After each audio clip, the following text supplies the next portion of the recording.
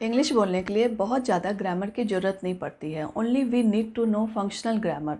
इस spoken English course में मैंने उतने ही टॉपिक सेलेक्ट किए हैं जो आपको इंग्लिश बोलने में हेल्प करेगा और आपको लगेगा ही नहीं कि आप ग्रामर के रूल्स पढ़ रहे हो।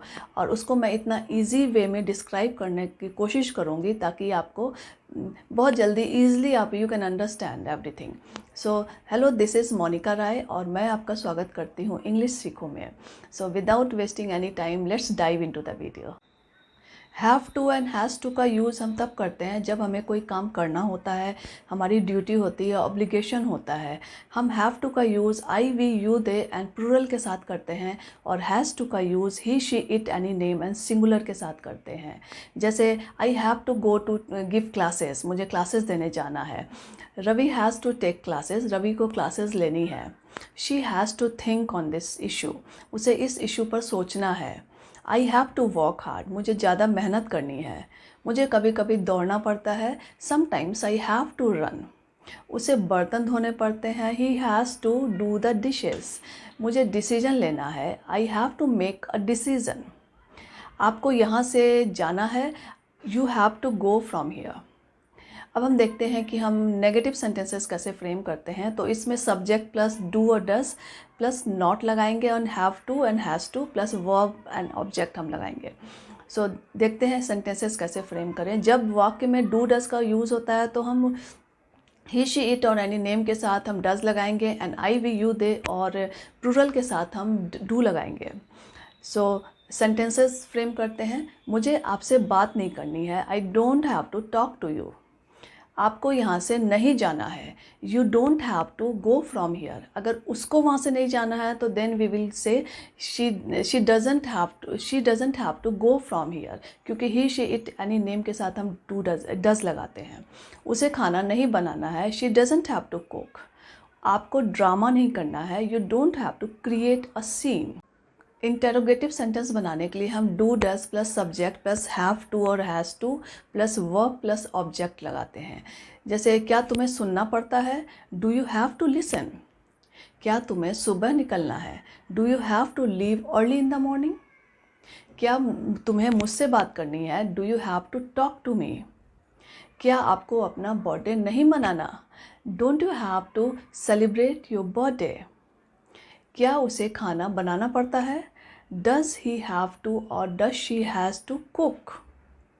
अब हम देखेंगे WH वर्ड्स के साथ डू डज़ लगाकर कैसे क्वेश्चन फ्रेम करते हैं।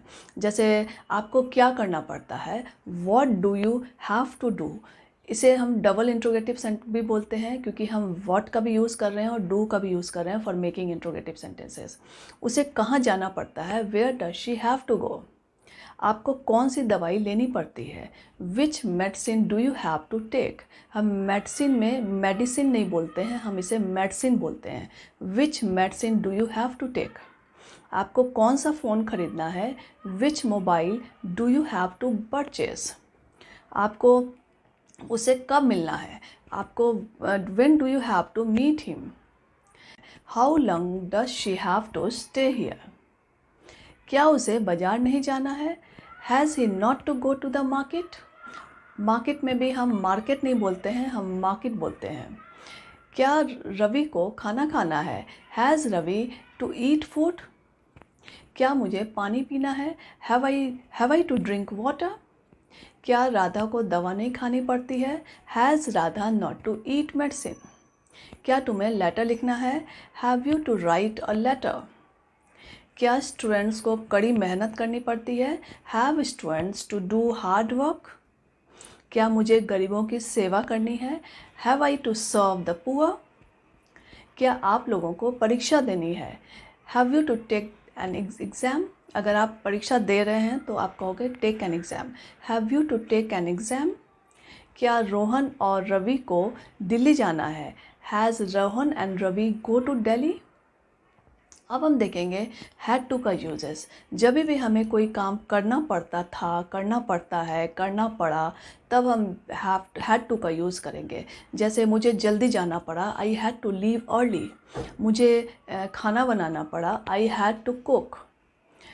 मुझे उससे बात करनी पड़ी, I had to talk to him. She had to adjust herself in a new atmosphere, उसे नए वातावरण में एडजस्ट करना पड़ा।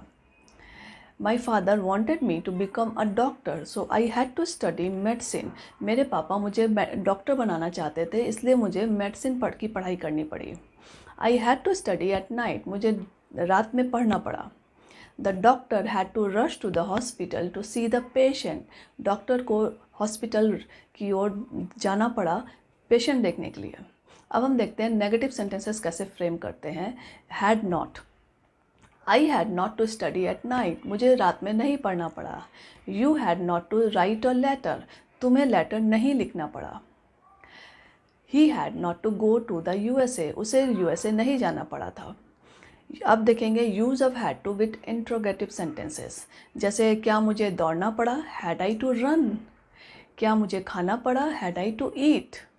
क्या मुझे रात को काम करना पड़ा, had I to work at night. क्या आपको मेल लिखना पड़ा, had you to write email. मुझे क्यों दौड़ना पड़ा, why I had to run. मुझे क्यों कॉल करना पड़ा, why I had to call. मुझे रात को कब काम करना पड़ा, when had I to work at night. Why had he leave the job, उसे जॉब क्यों छोड़नी पड़ी। So far we have got the fair knowledge of has to, have to and had to. अब आपको ये समझना है कि जब भी आपको कोई काम करना पड़ा, कंपल्शन है, ऑब्लिगेशन है, तब आप इसका यूज़ करेंगे। और मुझे कमेंट सेक्शन में सेंटेंसेस बनाकर दिखाइए कि आप इसको अच्छी तरह समझे कि नहीं। अगर आपको ये वीडियो यूज़फुल लगी है तो please do like, share and comment. This is Monika Rai signing off for now.